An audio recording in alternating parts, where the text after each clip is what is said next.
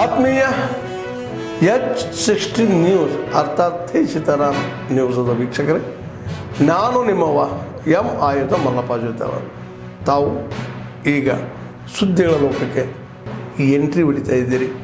ಈ ಸುದ್ದಿಗಳನ್ನು ಪ್ರತಿಯೊಂದು ನೋಡೋ ಜೊತೆಗೆ ನಿಮ್ಮ ಅಭಿಪ್ರಾಯಗಳನ್ನು ಹೊಸ್ತಾ ಇರಿ. ಯಾಕಂದರೆ ಈ ಸುದ್ದಿಗಳು ನಿಮಗಾಗಿ, ನಿಮ್ಮ ಬದುಕಿಗಾಗಿ, ನಿಮ್ಮ ವೈಚಾರಿಕೆಗಾಗಿ, ನಿಮ್ಮ ತಿಳುವಳಿಕೆಗಾಗಿಯೂ ನಿಮಗೂ ಗೊತ್ತು. ಜೊತೆಗೆ ನಮಗೂ ನಿಮ್ಮೊಂದಿಗೆ ಇದೊಂದು ಮಾತಾಡುವಂಥ ಜೊತೆಗೆ ಸುದ್ದಿಗಳನ್ನು ಬಿಡುವಂಥ ಕೆಲಸ. ಈ ಕೆಲಸದಲ್ಲಿ ನಾವು ನಿಮ್ಮೊಂದಿಗಿದ್ದೀವಿ ಅಂತ ಹೇಳ್ತಾ ನೋಡ್ತಾ ಇರಿ ಸುದ್ದಿಗಳನ್ನು.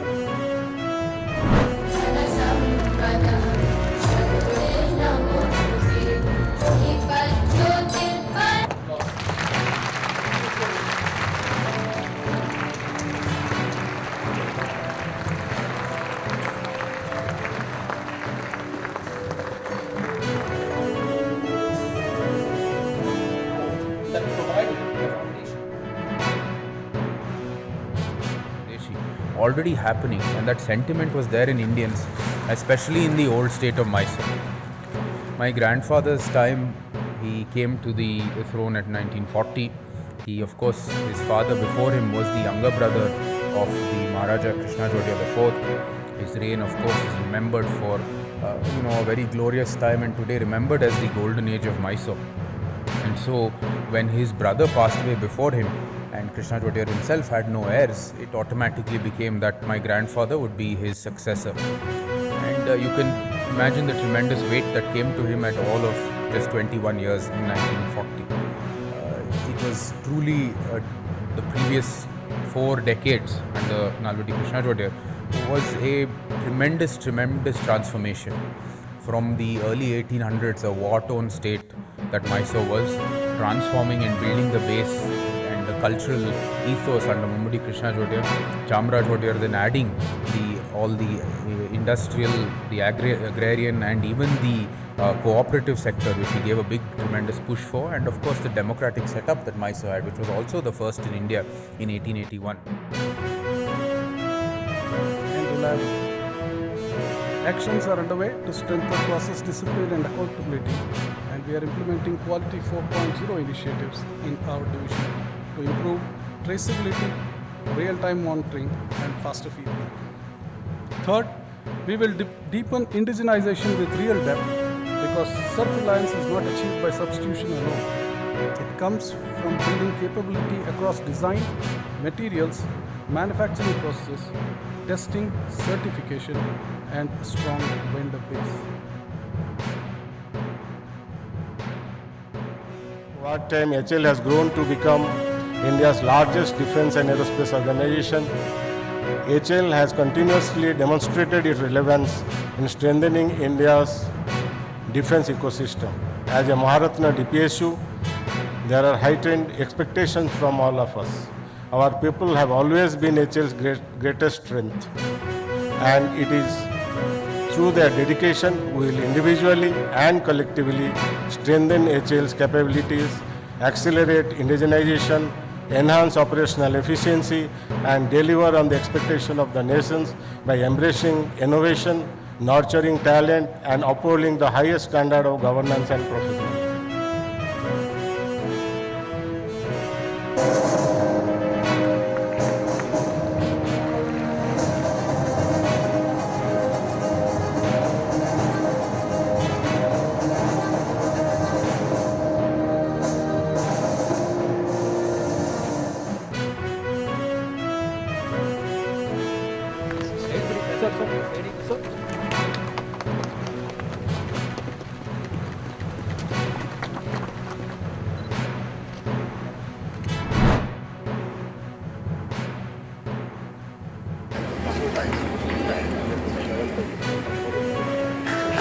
Shanta Evolara.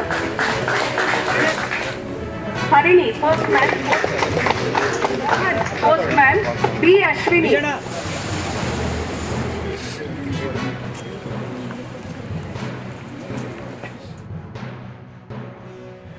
ಇಲ್ಲಾಂದರೆ ಕಾರ್ಪೆಂಟರ್ಸ್ಗೆ ಅವ್ರಿಗೇನು ವಸ್ತುಗಳು ಬೇಕೋ, ಮತ್ತು ಗಾರೆ ಕೆಲಸ ಮಾಡಿದವ್ರಿಗೆ ಅವ್ರಿಗೇನು ಕೆಲಸಗಳು, ಅವ್ರಿಗೇನು ಉಪಯೋಗ ಆಗ ವಸ್ತುಗಳು ಬೇಕೋ, ಇಂಥದ್ದು ಒಂದು 18 ಸ್ಕೀಮು ಏನು ಅವ್ರಿಗೆ ಉಪಯೋಗ ಆಗುತ್ತೆ ಅಂತ ಯೋಚನೆ ಮಾಡಿ ಇಂಥ ಒಂದು ಸ್ಕೀಮ್ನ 2023 ಚಾಲನೆಗೆ ತಂದರು. ಅದರಲ್ಲಿ ಸುಮಾರು 13,000 ಕೋಟಿ ಫಂಡ್ಸ್ ಇಟ್ಟು ಇದನ್ನು ಅವರಿಗೆ ಅವ್ರ ಕುಲಕಸುಬು ಇಲ್ಲಂದ್ರೆ ಅವ್ರ ವೃತ್ತಿ ಯಾವುದು ಚೆನ್ನಾಗಿ ಆಗಬೇಕು ಅಂತ ಯೋಚನೆ ಮಾಡಿದ್ರು. ಅದನ್ನು ಈ ಪೋಸ್ಟ್ ಆಫೀಸ್ ಮುಖಾಂತರ ಡಿಸ್ಟ್ರಿಬ್ಯೂಷನ್ ಏನು ಮಾಡ್ತಾ ಇದ್ದೀರೋ ನಿಮ್ಮ ಸಹಕಾರನೂ ಭಾಳ ಚೆನ್ನಾಗಿದೆ. ಕೊಟ್ಟಿದ್ದಾರೆ ಒಂದು ವಾರ ಮಟ್ಟಿಗೆ, ಮತ್ತು ದಿನಕ್ಕೆ 500 ರುಪೀಸ್ ಅಂತ ಸ್ಟೈಫೆಂಡು ಕೊಟ್ಟಿದ್ದೇವೆ. ಅದಾದಮೇಲೆ ನಮಗೆ ಟೈಲರಿಂಗ್ ಮಿಷಿನ್ಸ್ ಸಹ ಬಂದಿದೆ. ಸೊ ಇವತ್ತು ಟೈಲರಿಂಗ್ ಮಿಷಿನ್ ಸಹ ಕೊಡ್ತಿದ್ದಾರೆ. ಇದರಿಂದ ತುಂಬ ಹೆಣ್ಮಕ್ಳಿಗೆ ಉಪಯೋಗ ಆಗಿದೆ. ಮತ್ತು ಹೆಣ್ಮಕ್ಳು ಹೊರಗಡೆ ಹೋಗಿ ದುಡಿಯೋದಕ್ಕಿಂತ ಮನೆಯಲ್ಲೇ ಎಲ್ಲ ಮಕ್ಕಳನ್ನ ನೋಡಿಕೊಂಡು ಹೊರಗಡೆ ಹೋಗಿ ದುಡಿಯೋದು ತುಂಬ ಕಷ್ಟ ಇದೆ. ಸೊ ಈ ಯೋಜನೆಯಿಂದ ಹೆಣ್ಮಕ್ಳಿಗೆ ಸುಮಾರಷ್ಟು ಹೆಣ್ಮಕ್ಳಿಗೆ ಒಂದು ಒಳ್ಳೆಯ ಉಪಯೋಗ ಆಗಿದೆ ಅಂತ ಹೇಳೋಕ್ಕೆ ಇಷ್ಟಪಡ್ತೀನಿ. ಅದರಲ್ಲಿ ಯಾವ್ಯಾವ ಥರ ಈ ಕೆಲಸದ ಬಗ್ಗೆ ಎಲ್ಲನೂ ಅರಿವನ್ನು ನಮಗೆ ಮೂಡಿಸಿದ್ದಾರೆ. ಹಾಗೆ ಇದರಲ್ಲಿ ಉತ್ತಮವಾಗಿ ನಾವು ಅಭಿವೃದ್ಧಿಯನ್ನು ಒಂದು ನಮ್ಮದೇ ಆದಂಥ ಒಂದು ಏನು ಕೌಶಲ್ಯವನ್ನು ನಾವು ಅಭಿವೃದ್ಧಿಪಡಿಸ್ಕೋಬೋದು ಅಂತ ಅವರು ತಿಳಿಸ್ಕೊಟ್ಟಿದ್ದಾರೆ. 23-24 ವರ್ಷದಲ್ಲಿ ಇದು ಮಾಡಿದ್ರು ಮೋದಿಯವರು. ನಾವು ಆನ್ಲೈನಲ್ಲಿ ಇದಕ್ಕೆ ಅರ್ಜಿ ಹಾಕಿದ್ವಿ, ಮತ್ತು ನಮಗೆ ಅದ್ರ ಟ್ರೈನಿಂಗ್ ಒಂದು 6 ದಿನ ಕೊಟ್ಟರು, ಸ್ಟೈಪೆಂಡ್ ಬಂತು, ಮತ್ತು ಬ್ಯಾಂಕ್ ಲೋನ್ಗೆಲ್ಲ ಅಪ್ಲೈ ಮಾಡಿದ್ವಿ. ಈಗ ನಮಗೆ ಟೂಲ್ ಕಿಟ್ಟು ಬಂದಿದೆ. ಇದರಿಂದ ನಮಗೆ ಹೆಣ್ಮಕ್ಳಿಗೆ ಎಷ್ಟೋ ಜನಕ್ಕೆ ನಮಗೆ ಉಪಯೋಗ ಆಗ್ತಾ ಇದೆ ಸರ್. ಇವತ್ತು ನಮಗೆ ಟೂಲ್ ಕಿಟ್ಟು ನಾನು ತಗೊಂಡೆ, ನನಗೆ ತುಂಬ ಸಂತೋಷ ಆಗ್ತಾಯಿದೆ. ನಮ್ಮಂಥ ಹೆಣ್ಮಕ್ಳು ಎಷ್ಟೋ ಜನ ಇದೆ ಟೈಲರಿಂಗಿಂದ ಮನೆಯಲ್ಲೇ ನಾವು ಎಷ್ಟೋ ದುಡಿಬೋದು. Basing on the information and data received from the nodal department, we are calling the beneficiaries and we are effecting the delivery at the post office to the correct beneficiary by following the prescribed procedure, that is OTP based delivery. So far in Kolar division we have delivered 35,000 kits, I think, which is the highest number in Karnataka state. ಆರ್ಥಿಕವಾಗಿ ನಾವು ಸಬಲೀಕರಣ ಮಾಡ್ದಂಗೆ ಆಗುತ್ತೆ. ಆದ್ದರಿಂದ ಈ ಒಂದು ಕಿಟ್ಗಳನ್ನು ಕೇಂದ್ರ ಸರ್ಕಾರದವರು 2023 ಈ ಯೋಜನೆನ ಜಾರಿಗೊಳಿಸಿರ್ತಾರೆ. ಅದನ್ನು ನಮ್ಮ ಸನ್ಮಾನ್ಯ MP ಅವರು ದಿಶಾ ಮೀಟಿಂಗಲ್ಲೂ ಸಹ ಹಿಂದೆ ಸಾಕಷ್ಟು ಸಾರಿ ಇದ್ರ ಬಗ್ಗೆ ಚರ್ಚೆ ಆಗಿದೆ. ಈಗ 2023 ಅವಧಿಯಲ್ಲಿ ಏನು ಈ ಬೆನಿಫಿಷಿಯರ್ಸ್ಗೆ ಸೆಲೆಕ್ಟ್ ಮಾಡಿದ್ದಾರೆ, 35,000 ಕಿಟ್ಟು ಅತಿ ಹೆಚ್ಚು ನಮ್ಮ ಕೋಲಾರ ಜಿಲ್ಲೆಯಲ್ಲಿ ಆಗಿದೆ ಅನ್ನೋದನ್ನು ನಮ್ಮ ಅಧಿಕಾರಿಗಳ ವರ್ಗದಲ್ಲಿ ಹೇಳ್ತೀವಿ.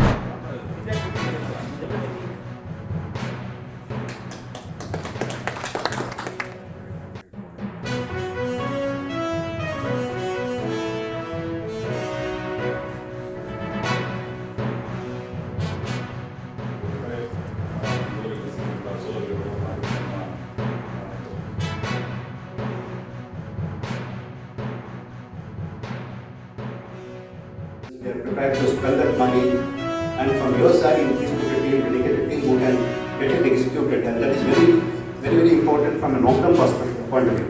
Most of you are businessmen, most of you are having knowledge on your businesses, but these are small certifications which help you to grow faster.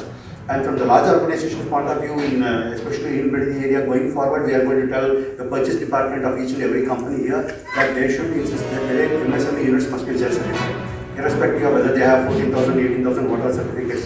This is also an added certification, so that will put a little bit of a focus on MSME units operating, especially in the industrial area, to move towards their certification. 1950 ಎಕ್ಸ್ಪೋರ್ಟ್ಗೆ ಎಷ್ಟು ನಾವು ಕೊಡಬೇಕು ಅನ್ನೋದನ್ನು ಮನಗೊಂಡು Visvesvaraya trade promotion centre ಅಂತ ಅದು ಒಂದು apex body under department of ಇಂಡಸ್ಟ್ರೀಸೇ ಒಂದು ಏಪೆಕ್ಸ್ ಬಾಡಿ. ಅದು ಟೋಟಲ್ ಎಕ್ಸ್ಪೋರ್ಟು ಪ್ರಮೋಷನ್ಸು, ಆಮೇಲೆ ಎಕ್ಸ್ಪೋರ್ಟು ಅವೇರ್ನೆಸ್ಸು, ಅದಕ್ಕೆ ಎಕ್ಸ್ಪೋರ್ಟ್ಗೆ ಏನೇನು ನಾವು ಇನ್ಫ್ರಾಸ್ಟ್ರಕ್ಚರ್ ಕೊಡಬೇಕು, ಇನ್ಸೆಂಟಿವ್ಸ್ ಕೊಡಬೇಕು, ಅದಕ್ಕೆ ಮಾರ್ಕೆಟಿಂಗ್ಗೆ ಹೆಂಗೆ ನಾವು ಸಪೋರ್ಟ್ ಕೊಡಬೇಕು, ಪ್ರತಿಯೊಂದಕ್ಕೂ ಒಂದು ಏಪೆಕ್ಸ್ ಬಾಡಿನ ಸೆಟಪ್ ಮಾಡಿದೆ. ಇದರಲ್ಲಿ ಎಕ್ಸ್ಪೋರ್ಟ್ ಹೇಗೆ ಮಾಡೋದು, ಅಟ್ಲೀಸ್ಟ್ ಫಸ್ಟ್ ನಾವು ಗೊತ್ತಿರೋ ಹಾಗೆ ತುಂಬ ಇಂಡಸ್ಟ್ರಿ ಇದೆ ಇವಾಗ. ಎಲ್ಲ ಗೊತ್ತಿದ್ರು ಏನು ಎಕ್ಸ್ಪೋರ್ಟ್ ಮಾಡಬೇಕು ಅನ್ನೋ ಇನ್ಫಾರ್ಮೇಷನ್ ಅವ್ರಿಗೆ ಗೊತ್ತಿಲ್ಲ, ಆ್ಯಂಡ್ ಅಕ್ಕಪಕ್ಕ ಸೆಲ್ ಮಾಡೋಕ್ಕಾಗದೇ ಮುಚ್ಚೋಗ್ತಾ ಇದೆ. ಸೊ ಹಾಗಾಗಿ ಏನು ಎಕ್ಸ್ಪೋರ್ಟ್ ಮಾಡಬೇಕು, ಹೇಗೆ ಮಾಡಬೇಕು, ಫಸ್ಟ್ ಆಫ್ ಆಲ್ ಯಾಕೆ ಮಾಡಬೇಕು, ಮತ್ತು ಯಾವ್ಯಾವ ದೇಶಗಳಿಗೆ ಕಳಿಸ್ಬೇಕು, ಯಾವ್ಯಾವ ಸಬ್ಸಿಡೀಸ್ ಇದೆ, ಎಕ್ಸ್ಪೋರ್ಟು ಏನೇನು ಇನ್ಫಾರ್ಮೇಷನ್ ಇಟ್ಕೋಬೇಕು, ನಾವು ಏನೇನು ಡಾಕ್ಯುಮೆಂಟ್ ಇಟ್ಕೋಬೇಕು, ಇನ್ಶೂರೆನ್ಸ್ ಹೇಗೆ ಇಟ್ಕೋಬೇಕು. ಸೊ ಈ ಥರದ ಇನ್ಫಾರ್ಮೇಷನ್ಸ್ ಎಲ್ಲ ಇಲ್ಲಿ ನಾನು ತಿಳ್ಕೊಂಡೆ. ಎಷ್ಟೊಂದು ಜನ ಬಂದು ಅವ್ರದ್ದು ಪ್ರಾಬ್ಲಮ್ಸ್ ಏನಿರುತ್ತೆ ಅದಕ್ಕೊಂದು ಸೊಲ್ಯೂಷನ್ ಸಿಗುತ್ತೆ ಅಂತ ಹೇಳೋಕ್ಕೆ ಇಷ್ಟಪಡ್ತೀನಿ. ಮತ್ತು ಗೌರ್ಮೆಂಟು ಏನು ಅಥಾರಿಟೀಸ್ ಇರುತ್ತೆ, ಏನು ಪ್ರಾಬ್ಲಮ್ಸು, ಅದಕ್ಕೆ ಏನೇನು ಫೆಸಿಲಿಟೀಸ್ ಏನು ಮಾಡಿಕೊಡ್ತಿದ್ದಾರೆ ಅಂತ ಅದ್ರ ಬಗ್ಗೆ ಎಲ್ಲ ಹೇಳ್ಕೊಡ್ತಾರೆ.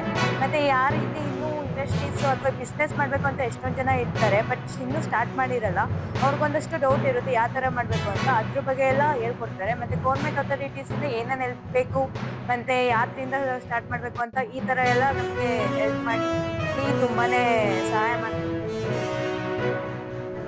ಟೈರ್ ಇಂಡಸ್ಟ್ರಿಯಲ್ಲೂ 3 ವರ್ಷದಿಂದ ಭಾಳ ಸಂಕಷ್ಟದಲ್ಲೈತೆ. ಮೇನಾಗಿ ನಮಗೆ ಕರ್ನಾಟಕದಲ್ಲಿ ಎಕ್ಸ್ಪೋರ್ಟ್ ಬೇಕು. ಇದೊಂದು ಪ್ರೋಗ್ರಾಮ್ ಬಂದು ನಮಗೆ ತುಂಬ ಹೆಲ್ಪ್ ಆಯಿತು. ಆದರೆ ಎಕ್ಸ್ಪೋರ್ಟ್ ಮಾಡಬೇಕು. ಇಲ್ಲಿ ಕರ್ನಾಟಕದಿಂದ ನಮ್ಮ ಫೈಬರ್ ಇರ್ಬೋದು, ಟೈರ್ ಇರ್ಬೋದು, ಎಕ್ಸ್ಪೋರ್ಟ್ ಏನಾಗಬೇಕು ನಮಗೆ. ನಾವು ಒಂದು ಗ್ರೂಪಾಗಿ ಸೇರಿಕೊಂಡು ನಾವೊಂದು ಎಕ್ಸ್ಪೋರ್ಟ್ ಮಾಡಿದ್ರೆ ಇಲ್ಲಿ ಪ್ರೋಗ್ರಾಮ್ ಇವತ್ತಿನ ದಿನದಲ್ಲಿ ನಮಗೆ ತುಂಬ ಅನುಕೂಲ ಆಯಿತು. ಇದು ಕೊಡ್ತಾರೆ. ಇದರಲ್ಲಿ ನಾವೇನಂದರೆ ಎಕ್ಸ್ಪೋರ್ಟ್ಗೆ ರಿಲೇಟೆಡ್ಡು ತುಂಬ ಈ ಸಮ್ಮರಿ ಅಂತ ಹೇಳ್ತೇವೆ, ಸಮ್ಮರಿ ಹೇಳ್ತೇವೆ. ಅಂದರೆ ಎಕ್ಸ್ಪೋರ್ಟ್ ಮಾಡಬೇಕಂತ ಯಾರು ಮನ್ಸಿರುತ್ತೆ ಅವರಿಗೆ ಈಗ ಎಲ್ಲೆಲ್ಲಿ ಹೋಗ್ಬೇಕು, ಏನೇನು ಮಾಡಬೇಕು ಅವ್ರು ಹೇಳ್ದಂಗೆ. ಇವಾಗ ಇನ್ಶೂರೆನ್ಸು ಎಷ್ಟು ಟೈಪ್ ಇನ್ಶೂರೆನ್ಸ್ ಇರುತ್ತೆ, ಗೌರ್ಮೆಂಟ್ ಸಬ್ಸಿಡೀಸ್ ಸಿಗುತ್ತೆ, ಆಮೇಲೆ ಮಾರ್ಕೆಟ್ ಎಲ್ಲಿ ಹುಡ್ಬೋದು, ಆಮೇಲೆ ಎಕ್ಸ್ಪೋರ್ಟ್ ಯಾಕೆ ಮಾಡಬೇಕು, ಇಷ್ಟೆಲ್ಲ ನಾವು ಇದರಲ್ಲಿ ಸಂಕ್ಷಿಪ್ತವಾಗಿ ಹೇಳಿದ್ದೇವೆ.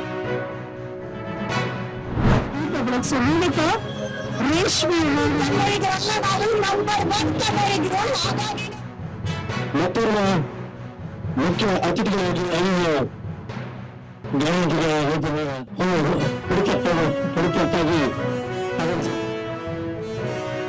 ಬಹಳ ಪ್ರಾಮಾಣಿಕ ರಾಜಕಾರಣಿ, ಒಬ್ಬ ಆದರ್ಶ ರಾಜಕಾರಣಿ ಆಗಿದ್ರು. ಸೋಲು ಗೆಲುವನ್ನ ಸಮಾನತೆಯಿಂದ ಸ್ವೀಕರಿಸಿದಂತ ವ್ಯಕ್ತಿ.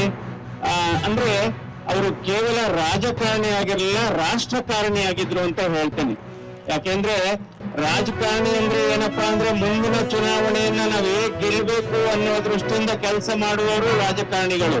ಇಲ್ಲ ನಮ್ಮ ಮುಂದಿನ ಪೀಳಿಗೆಗೆ ನಾವು ಶಾಶ್ವತ ಪರಿಹಾರ ಯೋಜನೆಗಳನ್ನ ಕೊಡಬೇಕು ಅನ್ನೋರು ರಾಷ್ಟ್ರಕಾರಣಿಗಳು. ಹಾಗಾಗಿ ಸಿಎಂ ಲಿಂಗಪ್ಪ ಅವರು ನಿಜವಾದ ರಾಷ್ಟ್ರಕಾರಣಿಗಳು. ಅವರಿಗೆ ಮತ್ತೊಮ್ಮೆ ನನ್ನ ವೈಯಕ್ತಿಕ ಅಭಿನಂದನೆಗಳನ್ನ ಸಲ್ಲಿಸ್ತೇನೆ.